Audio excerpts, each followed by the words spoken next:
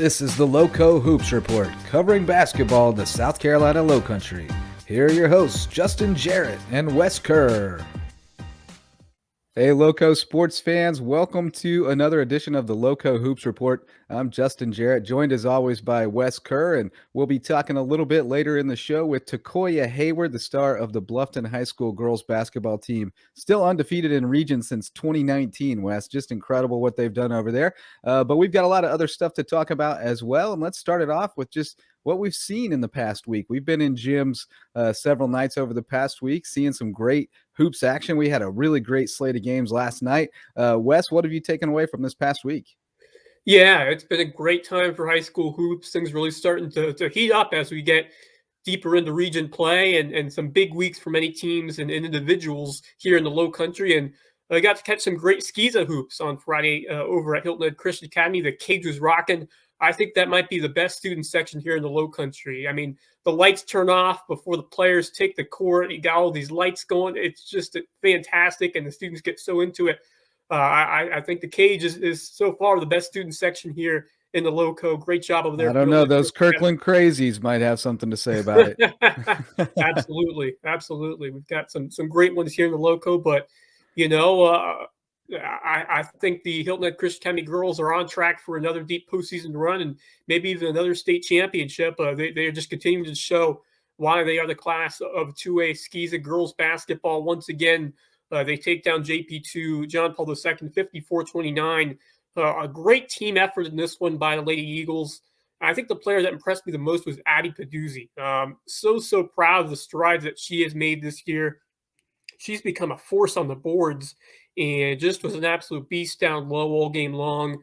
I think it really started around the end of that season last year into the playoffs where she really became that go-to post player who can really be relied on to score in the post, drive to the basket, and just a great free throw shooter as well, and just does so many things the right way on this HHGA team as she does across all of her sports. Just won a volleyball tournament a couple days ago before getting back in the basketball court. So she's just a gamer. She's an athlete and just a phenomenal player to watch. And, she plays some tough D like this entire team. And they're rolling right now. Had a tough loss to Calvary Day on Saturday.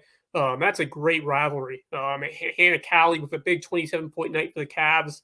So they split the series this year, and just a phenomenal rivalry has become between a terrific Low Country and Savannah school. And looking forward to seeing them meet up in the years to come. And, they were also originally scheduled to play Cardinal Newman on Wednesday, but that was postponed to February the 9th. So excited to cover that one. Should be another great matchup coming up in a few weeks. And then on the boys' side, John Paul II gets it done on the road. And who I mentioned last show, they were a team to keep an eye on. And, man, they've won now 2 straight to open region play before a tough loss against Beaufort Academy last night. But what a terrific game that was. I thought Hilton Head Christian Academy had a real chance early in that one. But what a player Brady Baggins has developed into this year, and just an outstanding interior strength. And then, of course, you got the height and the talent of Isaiah Anderson, who went off for 20 in that game against JP2, just a sophomore. So a bright future for him. Really excited to see how he continues his career. He's got that frame, 6'5". And I like to see him thrive a little bit more in the mid-range game. He showed that he can hit a three-pointer. I'm sure if he can work on that jumper and add a little more to his game, I think he's got a great future. But down the other side, Mark Knight, what a player that he is for the John Paul II Golden Warriors. Absolutely lethal, driving to the rim. He nailed some threes as well. Just super athletic, knowledgeable player. And, without him, they do not win this game. 23 points, just always came through when they needed him to, and just outstanding hustle on both ends of the court. So, Beaufort Academy, great game last night against John Paul II. I really like how the Eagles are playing as well. But, I got to think Mac Tammany and the Golden Warriors, I think they'll be right there. And we'll certainly be in contention for a postseason berth down the road, and could be a tough out in the playoffs. Yeah, I finally got to see JP2 last night against BA, and that was a heck of a game. I mean, back and forth. BA got out early, 24-12 after a quarter, but JP2 came back and tied it up at halftime. Still tied going to the fourth, and BA was able to pull it out by 5. But, I like both those teams a lot. And we saw BA have some trouble. I was over there when they played Hilton Head Prep on Friday, and they had some trouble there. And some of the same things that plagued them against Hilton Head Prep are what allowed JP2 back in the game. They get a little bit streaky, and when they don't make shots, they sometimes are a little slow to get back on defense. And both those teams hurt them in transition, and so that's why Hilton Head Prep was able to get on some runs, and JP2 did the same.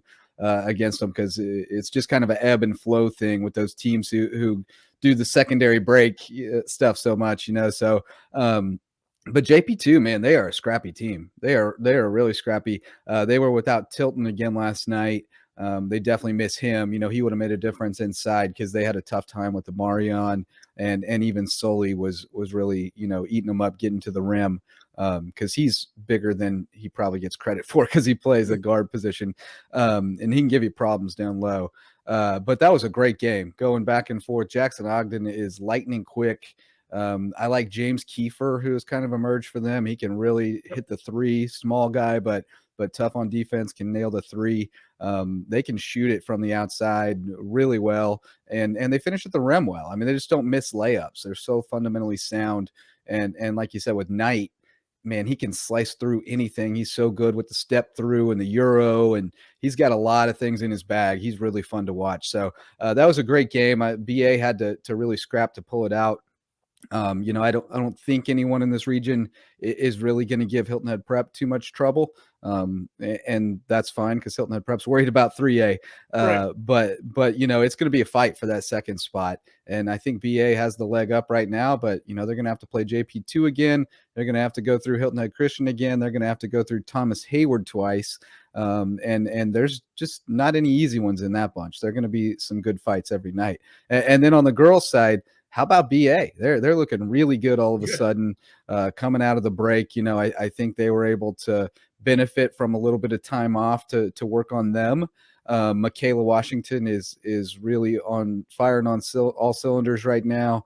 Kamira Freeman is back to full health, and Talia Hayward has found different ways to help this team. They're really getting her involved, cutting to the basket, even posting up a little bit on the block. And she's so athletic. It doesn't matter how that she's given up inches, because she can get shots up from funky angles and find a way to knock them down. So I love the way that team's playing right now. I don't think they're going to beat Hilton Head Christian Academy in a rematch, but I'm not sure that anybody else in the region will knock them off either. They're looking pretty good. Yeah, I like Buford Academy a lot. Got to see him against HHGA. Had a tough start to that game, but they've been really battled. Michaela Washington got hot, and when she gets going from the outside, it can be tough, and BA can put some points on in a hurry. But I really like to play Kamira Freeman, really bringing the extra spark alongside Talia Hayward, who's so active on defense. Really, they all are. And gotta love what Coach Inuso is doing in his first season over there. I think he's doing some great things, really building this group very well. And I'm excited for Buford Academy. I don't think they can knock off HHGA. Of course, they're going to have to go against them if they want to go all the way to the state title. It's been a continue to be a dynastic run for HHGA, but I definitely like Buford Academy going forward, and they're still very young and will turn a lot in the coming years. Yeah, no question. So, some good hoops. We got to see some good ones. There were a bunch more that we couldn't be at because we can only be in one place at one time, and everybody's playing on the same night at the same time. But there were a bunch of great games last night, Wes, on Tuesday night, including a few shockers. Which one stood out to you as the most surprising results last night? There were a couple of shocking results, and I think the biggest one was the Hilton High girls going to James Island and knocking off the Trojans. What a game as Linda Young hits the buzzer beater game winner. I think Young may be one of the most valuable pieces to any team, any girls team in the Lowco.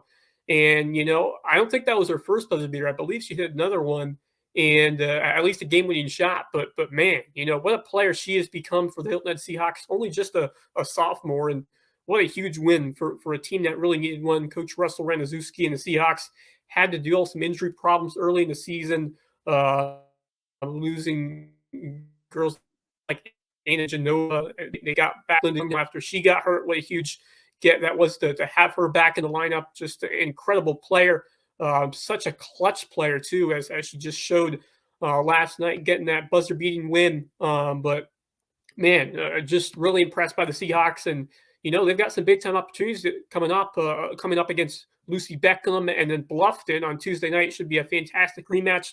Seahawks nearly got them on the road the first time. Now we'll have the rematch at the Nest on Tuesday. And they narrowly lost both of those games, the Bengals and the Bobcats. So if they can win those two, I think they're right back to being a top region contender. They've got 3 losses. I'm not sure Bluffton will give up that number 1 spot. I think they have that one locked down after a couple big wins over James Allen and Lucy Beckham, but it could make the battle for the number 2 seed interesting if the Seahawks can take down the Bengals on Friday night. And then how about the Thomas Hayward boys with an outstanding home win over Hilton Head Christian Academy, and Brandon Howard with a go-ahead 4-point play made the 3, got fouled in the tie game, and the Rebels pulled away from there.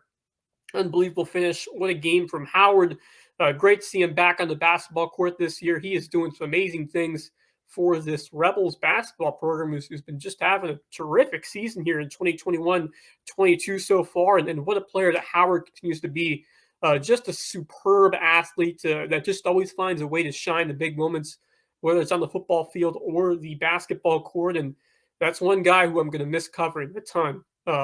He's just such an electric player and just has so much enthusiasm, no matter what sport he's playing, and just a fun guy to cover. And but how about the Rebels with a huge victory in what could be a battle for a final playoff spot potentially in Region 4-2? Hey, the Rebels are absolutely rolling here this season, now 8-3, and what a great job Nick Schuford and this Thomas Hayward team has done early on here in region play. Outstanding. Yeah, I'm very impressed with them, and you're absolutely spot on about Brandon Howard. I mean, one of the A+ first class young men I've ever covered in a long time doing this. He's in rarefied air. He's terrific. That Hilton Head High girls win, that's huge. It really is. It shakes up the region. I mean, it gives Bluffton a more cushion. James Island was undefeated going into that game against Bluffton. They win in overtime, and then James Island gives away another one. So now they've got a 2-game lead, and I don't see anybody overtaking them with that. But it puts the fight for 2nd through 5th is going to be a battle now, because you've even got Colleton County, which, I think we would agree is talented enough to finish in the top half of the region. They're sitting in 6th right now. So it's going to be a real battle in the middle of the pack there, night in and night out. We're going to see more teams steal road wins that kind of shake things up, because May River's right there in the mix too at 2-3, along with Hilton Head. So it's going to be interesting to see how that all shakes out. All those games have been pretty competitive, and I'm not sure exactly which way that's going to go, but yeah, Thomas Hayward with the upset win, I guess you could say. Not necessarily an upset, but a nice win over Hilton Head Christian, and they're sitting at 3-1 in the region, tied with BA. Those teams play on Thursday on the boys' side. That should be a great matchup as well. So it's every night, man. We're getting these Lowco on Lowco battles with seeding on the line, and starting to think about the playoffs, which are still a good ways away, but the picture's starting to take shape. So it's a fun time for sure. Any other surprises out there for you last night? I think that pretty well covers the ones that we wouldn't have expected. So let's move it along and kind of just get to our mid-season takeaways here, because we are kind of at the midpoint of region play. So what are kind of the storylines or the players, the teams that you're really focusing on right now that have kind of been the story of the first half? Yeah, there's been a lot of storylines to keep an eye on. Been a fantastic start to the basketball season. How about the job that Nick Field is doing in his first year as head coach of Beaufort Academy? He's been involved with the program for a number of years and as an assistant, as an athletic director as well, but now taking the reins after Bobby Smith leaves as the head coach. And now he's already racked up 20 wins, 20-5 start. And it just goes to show what a great coach he is. Obviously, they've been scheduling a lot of games, and they've been able to stay motivated out there on the court and really buy into that culture that Nick Field has instilled in this group. and just to find a way to keep winning most of these nights. And how important it shows, how important it has to have that continuing culture in there, hiring someone who's been within the program for some time and really knows how to sustain that culture. And awesome to have a legend in there like Bobby Smith, who's done so many great things for a number of years, who really was able to teach a lot about how to build that winning mentality. And now Coach Field is doing a great job carrying that on.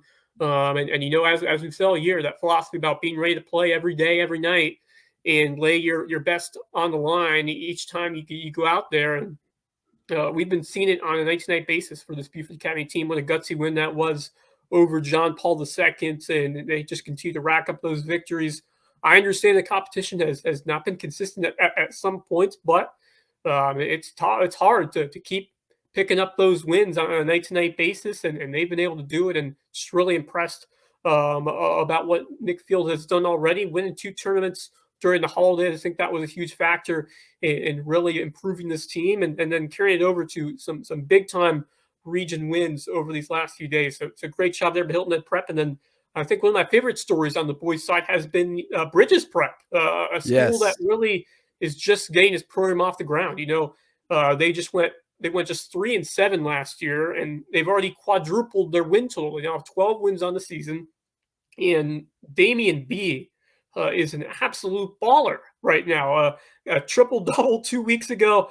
He was close to a couple more as well. And then how about this? He didn't put another triple-double this week, but he breaks the school scoring record with 35 against Royal Live Oaks. And then he led his team to a 3-0 week, including a really impressive win over a solid John Paul II team with Mark Knight and a couple other really strong players on that squad. And then they get another region win over Allendale Fairfax. That puts them at 4-2 now in region play at the beginning of the week. And much of this is without their go-to playmaker in Desmond Locke. So just imagine when they get that sophomore point guard back in the lineup, how good this team can be. They've got some shooters. They play some intense defense, and I really think they contend in this 1A playoff picture. And they're young. They've only got 2 seniors, I believe, on the roster. So they're going to have almost all their key contributors back for next season. So what an exciting time for Bridges Prep boys basketball, and what a story. Yeah, they're a phenomenal story, and I have to admit I was skeptical early on just because of some of the teams they were playing. But you look back on those 2 fairly close losses to BA, and what we thought about BA at the time versus what we think about them now, and now that looks a little more impressive, and they've started to play some decent competition and picked up some nice wins. So I think they're very dangerous. Like you said, they've been without Locke, which has hurt them in the short term, but could really benefit them in the long term because they've had some guys who have had to step up and fill in roles who have done very well. And one thing that I like about them is, Damian's going to get his every night, but on any given night, it can be Zaire Nelson or Jeremiah Ponder or Matthew Torres or Davion Washington who gets hot. And then, Davion's ripping down double-digit boards every game. Tony Jones is a guy that doesn't get a lot of love because he doesn't score a lot, but he's double-digit rebounds and 3 or 4 blocks every game. So they've got those role players, those guys who know what their job is, and they're all doing it. And so I think they're going to be very dangerous going forward. Unfortunately, they're on quarantine right now, so we won't see any more from them for at least a few days. But they've been very impressive to me. And then, a couple other storylines. I think Bluffton girls continue to be a great story because, I talked to Coya and Katie before the season, and I said, "You guys ready for the season?" And they were kind of like, "Oh, it's going to be a learning process. We got a lot of young kids. We're not sure." And then I saw them after a couple games, and I said, "How you feeling now?" And they said, "We're feeling a lot better. These girls are pretty good."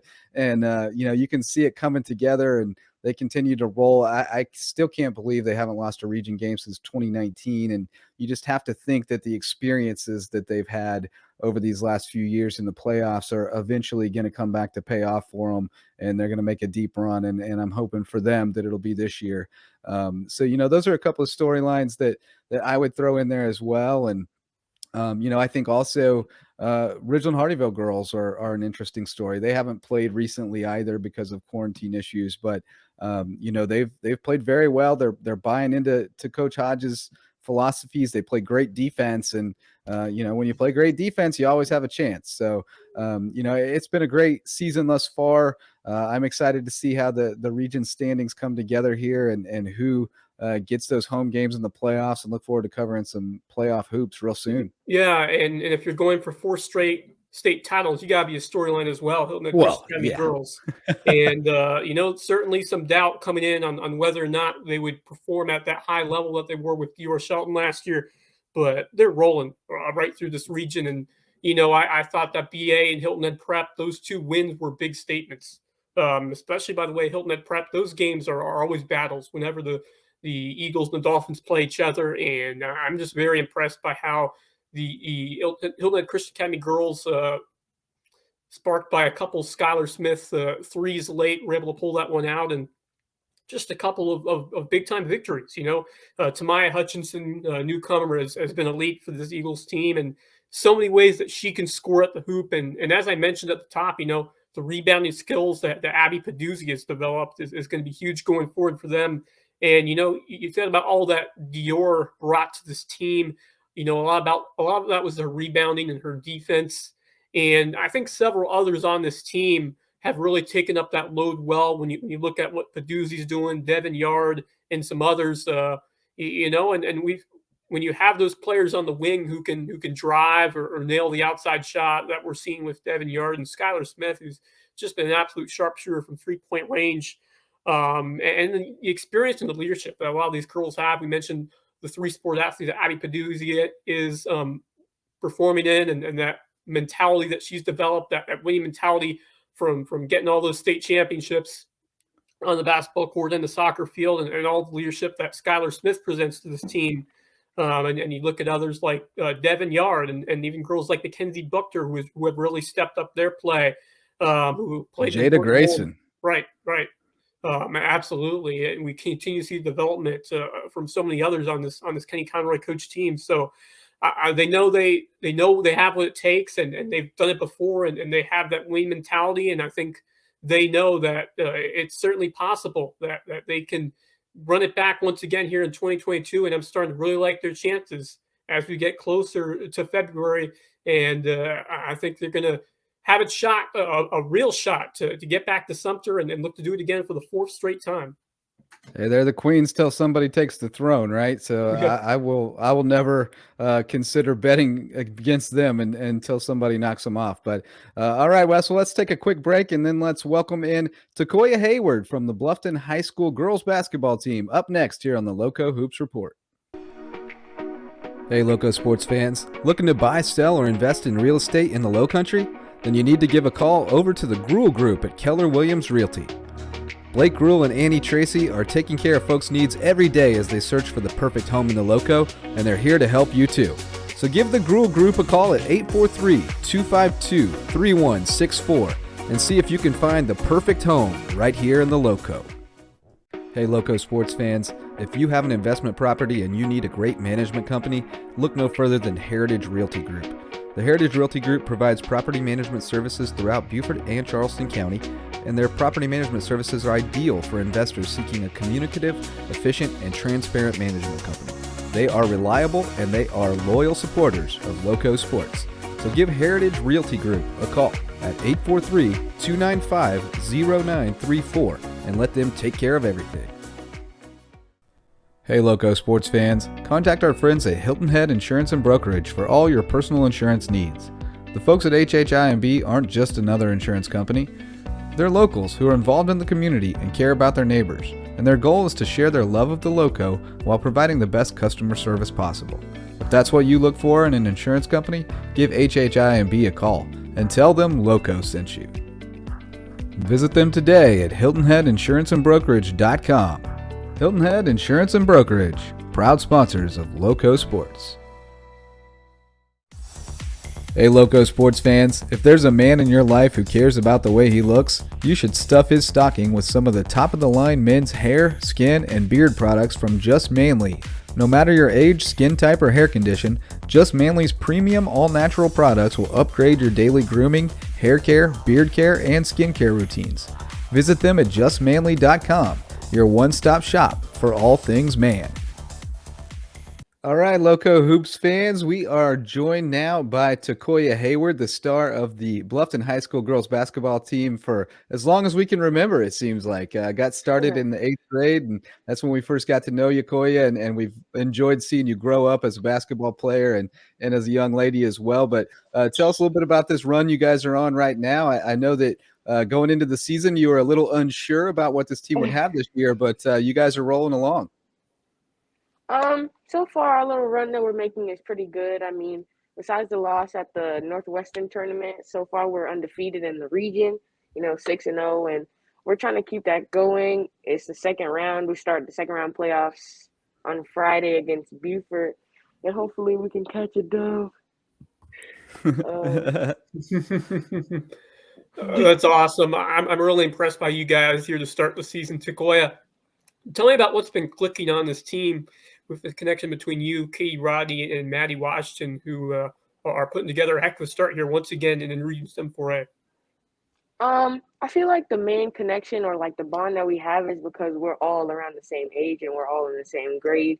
And we've been playing basketball together since like rec league when we were like 10 years old, and we go to the court all the time together. So that builds the bond. And even the upcoming players, we've gone to like middle school games and cheered them on, and we go to all the JV games and make the student section. So I feel like we're always going to have that bond because we always support and appreciate each other.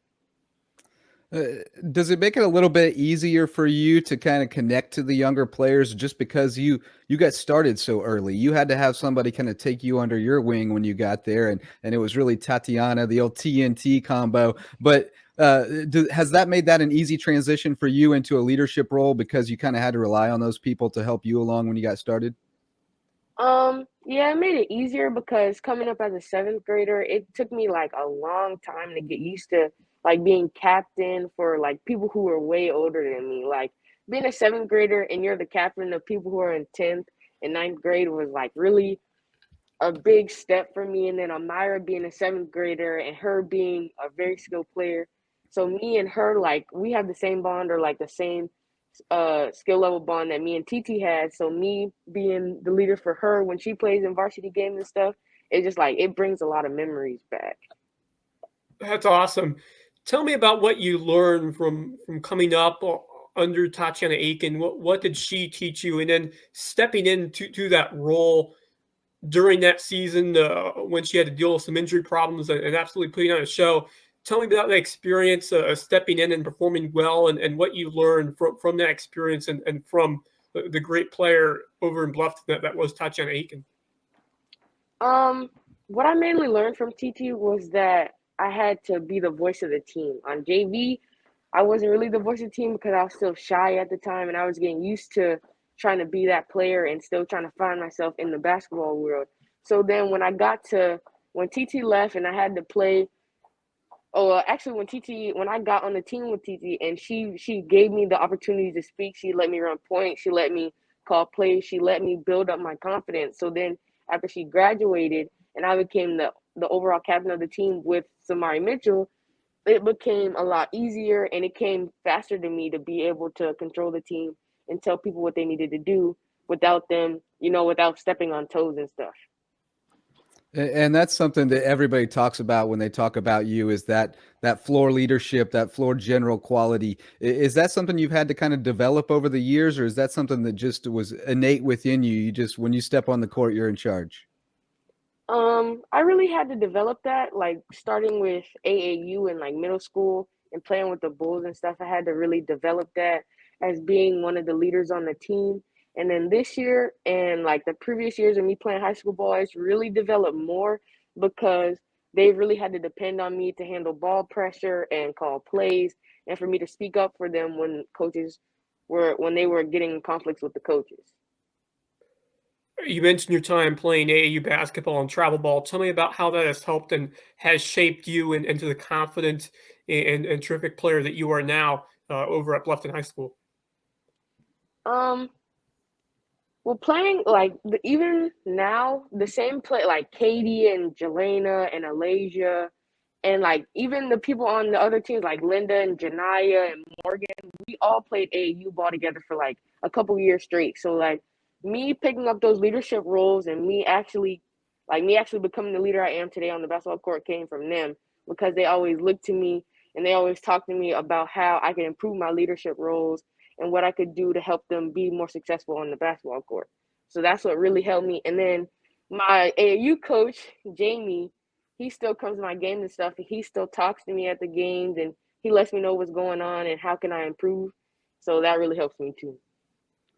Yeah, you talked a little bit about the success that you guys have had, and you've been dominant in the region. I mean, you guys haven't lost a region game in like 3 years now, which Since has to feel good. 2019. But I know you're also in the back of your mind thinking about the playoffs and what you guys have to do to take it a little bit deeper this year. Tell us a little bit about the mindset of this team as you try to kind of get over the hump and add a little more playoff success to what you've been able to do in the regular season. Um, Over the past couple years, we've been really disappointed that we only got to like the second or like the first or second round in the playoffs. So the goal this year is to make it farther than that. We are a really young team, so there's always growth to gain. But our main goal is to at least make it beyond that point and have as many home games because we're way more comfortable playing with a home crowd than traveling hours and hours away with only like 5 and 6 people. So the plan is to maintain our region streak and host as many games and play as hard as we can and keep going throughout the playoffs and see where we can go with the young team that we have. Well, you get that home court advantage from winning in the regular season in this region, and you guys picked up a heck of a win at James Island. Really, really excellent performance by you down the stretch. 8 points in the fourth quarter, 8 points in overtime. Take me through that game. Take me through that finish and how you guys were able to pull that one off. That game was way more difficult than it should have been. I'm not saying that James Island is a bad team because they have a lot of shooters and they're really strong fighting team. It's just that we only had like 7 people. We brought up one JV player. We had a bad spurt where people were getting sick. We were missing a starter. It was a lot. We had to play in mass. Our team was really fatigued trying to play in the mass, and then we didn't have our coach because he was on quarantine. It was just a lot going on. So we had to play with what we had, and then it just wasn't flowing. So then when we actually got our groove going in the fourth in OT, we actually got the chemistry back that we needed, and we ended up winning. But it was a hard fought game. There are going to be a lot of those in this region. I think the teams are pretty evenly matched for the most part, and you see like Hilton Head knocking off James Island last night, but you guys were able to withstand another really tough team last night with Lucy Beckham. They've been making some noise. Tell us a little bit about that game and what you guys were able to do to take care of them pretty easily. 15-point win. I feel like that was one of the best games we've played all season because of the chemistry we had. Because since our team had been broken up for a good like a week or week and a half, we got all our chemistry back. We were able to knock down shots, make layups, knock down free throws. We ran our press, we ran our defense as well. We communicated. It was just a matter of us putting everything together that we work on in practice every day and making everything work without any hitches or any problems. So last night was a really great game for us. Almost everybody scored. Well, everybody that got in, almost everybody scored. Lucy Beckham really did put up a good fight last night. Um, they were some pretty good shooters, I might say, but their key player, Virginia, I don't know her last name, but she got hurt and like before like halftime or something, which really hurt their team. Other than that, it was a really good game. We didn't have to play in mass, so we weren't that tired. Who's coaching the team right now with Lonnie on quarantine? Coach Rico? Actually, I think he came back yesterday. Oh, he was got back off last quarantine night? yesterday. Okay. Mm-hmm. Gotcha. And some more big region games on tap. Of course, Beaufort High on Friday, and then the game I'm circling next Tuesday, a rematch with Hilton Head High going on the road to the Nest. You guys beat the Seahawks, but it was a close one back in December. What's going to be the key to getting it done over there on the road and sweeping the Seahawks, and what should be a great game on Tuesday night? Every time we play against Hilton Head and they come here or we go there, we always have, this hard fought battle and we always come out with the win. The plan, well, my plan, and I'm probably sure the team's plan is that we want to have a good game. We want to play exactly how we did last night, flow and keep everything going. And we want to make this, I don't want to say easy, but we want to focus on what we do and not play to their level or like not play to what they want us to do. I want it to be a good game, but I really don't want it to be a hard fought game because that's jeopardizing our streak. They're always good competition. I always look forward to playing them. So, we're all friends on the court at the end of the day. That's right. That's what's fun about those games is you go, tooth and nail for 32 minutes, and then you go dap each other up and give each other hugs because you're all good friends. So that's what we love about those Lowco on Lowco games. But you're not just a basketball star. Of course, this is the Hoops podcast, but you ball out on the track too. So tell us a little bit about your career in the track and field world and kind of what you're thinking, even though it's a couple years away, as far as competing at the next level. We saw Layla Warren struggle with that decision. You'll be in the same boat probably with offers for both sports. So I'm just curious about your thinking on that. I'm still deciding on that as far as whether I want to continue my career in basketball or track. Right now, I'm really looking forward to track season at the moment. I'm focused on basketball, but I'm really looking forward to track season because as of now, there's a strong possibility that I could win state in a bunch of my events this year, and that's really what I'm working towards this upcoming track season. And there's so much growth and there's so much progress that I can make. And I can break some more of the records at the school, which is really exciting to me. I love going to track practice. I look forward to hanging with my teammates. The same as basketball. It's just practice and track meets and all that stuff is just really fun to me. Outstanding. Of course, really excited about basketball season, but we're already looking forward to the spring sports schedule as well. And Takoya, you're going to be a big part of that on the track and really excited to see what you can do out there coming up in the coming months. And tell me about the hard work that has been instilled in yourself through being a two-sport athlete. Tell me about how your work on the track and then your work on the basketball court has kind of helped one another in terms of getting better in each sport over these past few years. I feel like I started playing basketball when I was around like 4 and 5 years old. That's the same time I started playing soccer, and I developed track when I was like 7. So those 3 sports, those take a lot of conditioning and running. So I feel like that contributed to my speed and my endurance. And then when I dropped soccer, track and basketball just stuck, and they go hand in hand because all the conditioning that I do for basketball helps with my endurance during the 200. And then all the running and training that I do for track always helps when I come back to basketball because it improves my speed and my techniques. So then by me playing those sports and by me working extra hard in both of them, I feel like those better me in each sport and give me the opportunity to have the chance to have offers and stuff for both sports and keep my options open. Agree completely. I totally believe in cross training and multiple sports and them being beneficial to one another. Do you ever have any free time to be a kid? Between basketball and track and training, do you get to do anything for fun? And if you do, what do you do? Yeah, I always make time for fun. I'm not really a go out kind of person. I like to stay home and chill with my family. But usually when I go out, I go with my friends who are all on the basketball team. We go to the movies and out to eat and Station 300 and stuff like that. Or I go out and shop with my brothers. Outstanding. I'm glad you're having a ton of fun off the court. You definitely deserve the opportunity to hang out with your friends alongside all the great work you're doing in the classroom and on the court and on the track as well. So really proud of what you've been doing, Takoya. It's been a tough last couple of years because of COVID and everything that's come along with that. What have you learned? What have you taken away from the experience of having to deal with this pandemic and having to take on all these new responsibilities in terms of wearing a mask, having to stay socially distant, just all these new measures that really these past students haven't had to take, and just tell me what you've learned about this experience of going through these kinds of challenges. Um, in my life, COVID hasn't really impacted it as much because I wear a mask every single day. I get regular tests. I have yet to get COVID, knock on wood.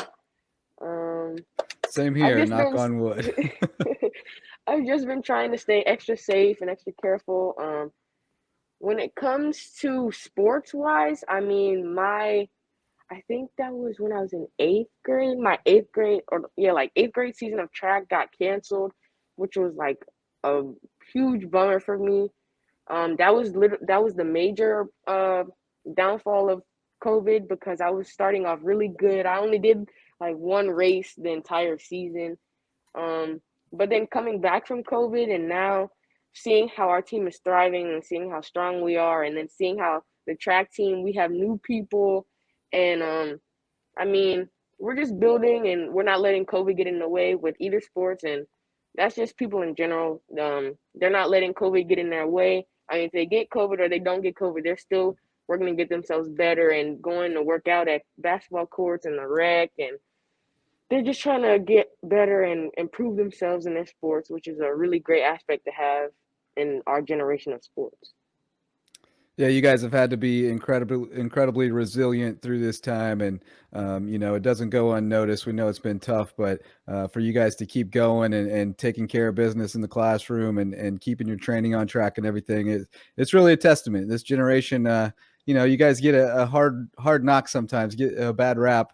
But we see the work ethic in the student athletes. We know that's not true. So keep up the good work out there, Coya. Thanks so much for sitting down with us, and hopefully you can keep that streak going for a while, and we'll see you guys go deep in the playoffs. Thank you. Bye. All right, we'll be right back with more here on the Lowco Hoops Report. Well, Wes, it was cool to talk to Takoya today because I just kept thinking about 3 or 4 years ago when she was an eighth grader, and they made a great run at the Bobcat Classic over the holidays, and TNT kind of became a thing. And I remember interviewing her out in the hallway, and she looked like she was terrified. It probably never had a tape recorder stuck in her face before, and she was a little nervous, but a little more comfortable today. And it's been really fun to watch her grow into the basketball player, track and field athlete, and young lady that she's become, because she's really a well-rounded young person who's got a really bright future ahead no matter what she chooses to do. What a fantastic young woman, and just so proud of how she's developed over these last few years. Really kind of was thrown into the fire in that Beattown Classic, as you mentioned, playing with Tatiana Aiken, who really did a great job mentoring her and developing her. And wow, she absolutely delivered from the moment that ball was tipped in that first game. Put in the effort and absolutely was sensational in those first few games, and really has just kept it going throughout her entire career up to this point. And what a streak they are on in the region. Haven't lost a region game since 2019, and I think they got a great shot to keep it going. Obviously, every night's going to be tough when you have that target on your back, and you're going to be in for another tough one against Hilton at High. Pulled out a great win against James Island, took down Lucy Beckham in dominant fashion, and now they are rolling once again and looking like a great favorite to win another region title. And now it's a question of, can they get over that hump and win that first round, second round playoff game and make a deep run? Yeah, and I think they are finally starting to have kind of the collective experience because of this young core that's been around for so long and been through this so many times. In the past they had one or two girls who had been through it before, and then young kids coming up, but they're starting to have a little bit more of a veteran presence just because this sophomore class is growing up and has been through it before. So I think they're going to be fine. And one thing that I love about Tacoya is, yeah, I kind of think of her like a quarterback Right. in the sense that she's a game manager. She's going to take what the defense gives her. She's not going to try to force it. She's not going to put up 25 shots a game because she knows that that's not the best way for them to win. And so she's going to take her spots to get her points, but she's looking to feed her teammates and to lead the team and make the system run well. And what an asset that is to have on the floor for Lonnie Roberts. I mean, you talk about a coach on the floor. She's definitely in that territory now, and she's still got 2 more years to learn. She's a floor general, as you would say. 100%. And the leadership that she shows is just off the charts. And they call her my point guard. She's my point guard because of how much she means to everyone on the team. And I think she's done a great job elevating the play of everyone around her, like Maddie Washington and Katie Rodney, and just really excited about the future. Just a sophomore, just incredible to say that she's still got 2 more years to get even better. One of many terrific sophomores around here. Oh, yeah. It's pretty impressive. And we may talk about some sophomores in our next segment, Wes, because it's time to announce our players of the week, and you always get the first crack at it. So who are you going with this week? Yeah, I'm going to give Takoya Hayward some more love. She's going to be my player of the week. Just on an absolute tear right now. What a performance against a really tough James Island team and just willing her team to victory with 8 points in both the fourth quarter and an OT. To finish off, heck of a comeback win, and just completely took it over down the stretch. And it was Tacoya time once again on Tuesday night against Lucy Beckham. And it really starts with her defensive intensity. But when she lights up from 3 as well, she's really developed her outside shooting as well over these past few weeks and past few seasons. And it's just so hard to stop her in this Bluffton team and all that she does with her passing, her shooting, and number one, her defense is just magnificent. So it's hard to believe, as I mentioned, that she's still just a sophomore and even more time to develop her game. And on the boys' side, I'm going to go with actually 2 players because, you can't separate the 2. James and Michael Dennison. You can't really have one without the other. And what a run these 2 are on. And really this whole Beaufort High squad alongside Zyra Nodum to complete the firm. And, man, these guys are just putting up insane numbers in high school basketball right now. And James Dennison with an insane 35 points, 14 rebounds in a win over Carleton County. Had another solid game on Tuesday night against May River. 14 points, 8 boards, and 6 assists. So really impressive me what he's been able to do, playing multiple roles for this team and getting involved in the scoring, but also opening up better shots for his teammates with his passing ability. So that's really important, finding the open man, and he's doing a great job really in all aspects of this basketball for Beaufort High. And his teammate and brother, Michael Dennison, he is doing the same thing. How about 26 points and 10 boards? Absolutely picking apart a really strong May River defense, and just so impressed by how both of these 2 have grown this year. Really setting that foundation last season. And then this is the team that's starting to look like they may not just be region contenders, but I think they could be lower state contenders as well if they can keep everyone healthy and if those guards really take that next step over these next few weeks. But, man, James Dennison, Michael Dennison, Zyra Nodum, what a start to this year that those 3 are having. The firm is alive and well in Beaufort High. Just another fantastic performance on Tuesday night for James and Michael Dennison. Yeah, I'm glad you took both of them because it would have been tough to pick one or the other. That would have been brutal. But man, they have been on fire, and it's one or the other every night. Pick your poison because somebody's going to hurt you, and then you throw Odom in the mix, and he's good for a double every night too. So they're giving people tons of fits, and I think the guard play is getting better. They got Jake Alvarez back. Anderson Jones just gets better every time they play. So I think they're dangerous. I'm looking forward to seeing how far they can take it when we get into the postseason. They'll have to run into some tough teams from Region 6, like we were talking about earlier before the show, but they're a formidable matchup for anybody for sure. Well, for my picks, for my girls player, I'm going to have to go back to the well with Canoe Barnwell because after going over 1,000 points last week, for her career, she had to get a school record too. She put up 37 on Saturday against Wade Hampton, and the Warriors beat the Red Devils by 11 after losing to them the week before. So very nice win there for Whale Branch, which we talked last week that they pushed number 1 team in the state, Military Magnet, to the brink, even without a couple of players. So, I think they're still a factor going into the postseason. for sure. And especially if Canoe's going to do things like put up 37 on any given night, that's going to be a problem for folks. She had 18 in the first half and then went for 19 in the second half. So they already knew she was hot, but they couldn't find a way to stop her. And that's kind of the way it goes with Canoe. So she is my girls player of the week. And then over on the boys side, I was struggling a little bit more because, man, we had a ton of great performances.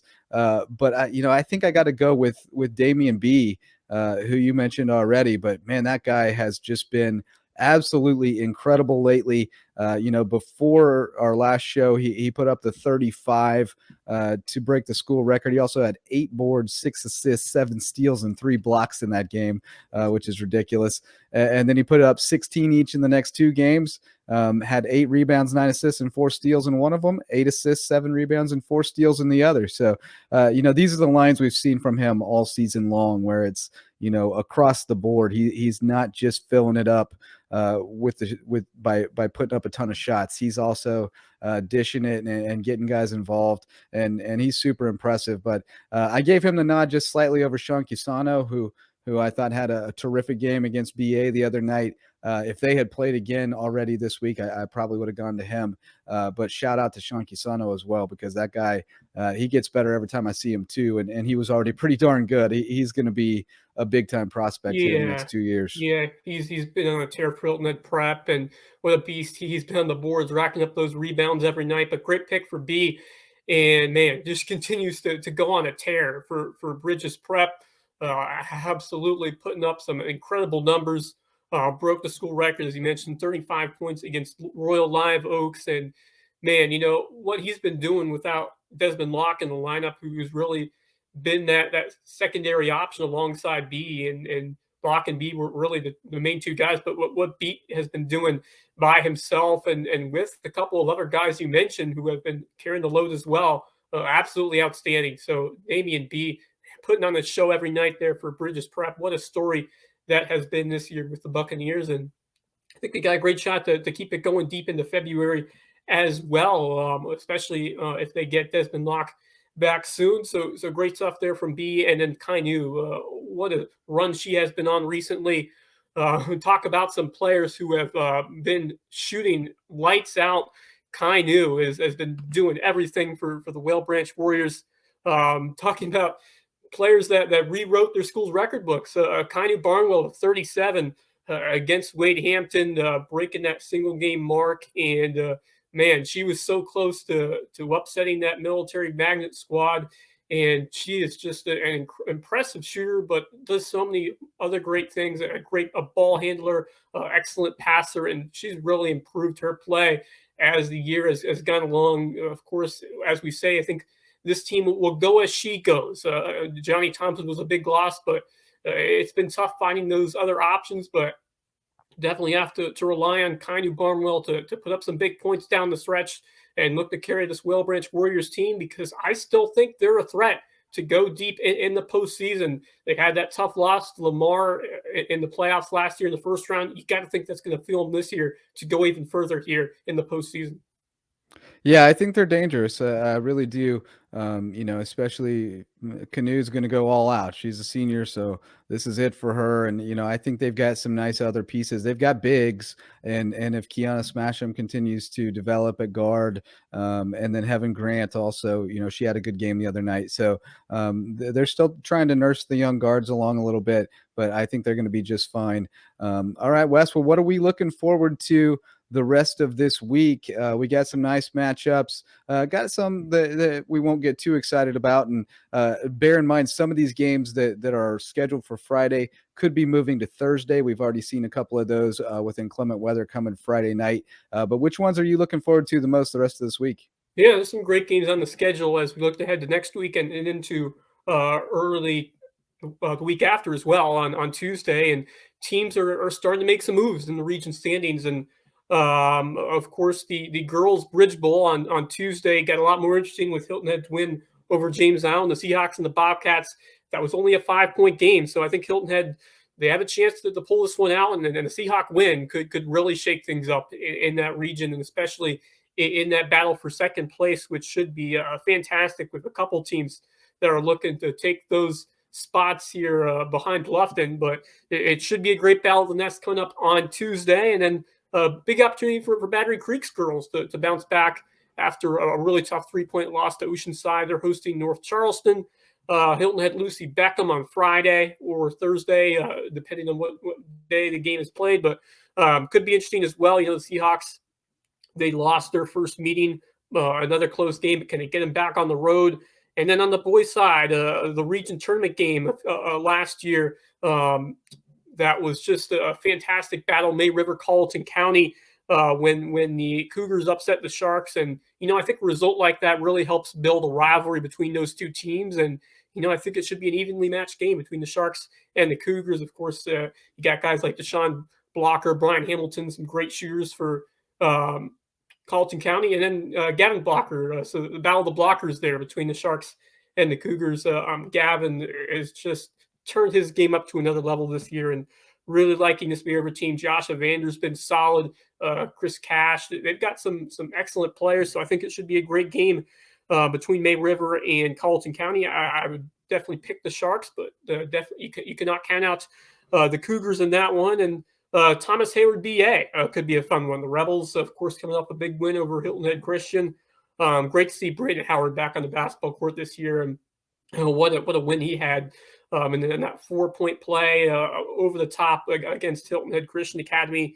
And we'll see if the Rebels can pick up another key win. And then Beaufort Academy will travel to Bethesda Academy on Tuesday, which is never an easy game on the road. So another big week for Nick Field and the BA boys. And they'll be eating their oranges, getting ready for some more big matchups. So, and then Whale Branch Cross, another big Region 7 1A matchup. Warriors playing some great basketball this year. So really starting to get exciting as we head down the stretch, getting deeper into region play. Some great matchups on tap here next week. Yeah, unfortunately, we don't know which games are going to get played every night right now. That's the only downside at the moment. We still got a lot of COVID cases out there and keeping teams sidelined. So hopefully that will start to subside over the next couple of weeks. Do what you can to try to prevent the spread so we can get this thing out of our community and start to get back to a little more normalcy once again. But the games will go on when people are healthy, and we'll be out there to cover them when they do. So check out locosports.com throughout the week to get all your high school basketball news, and then come right back here for another episode next week. That's going to do it for this episode. Thanks again to Takoya Hayward for sitting down with us to talk Bobcat hoops. And thanks to all of our sponsors, as well as you for listening. That's going to do it for this episode. Until next time, go Lowco.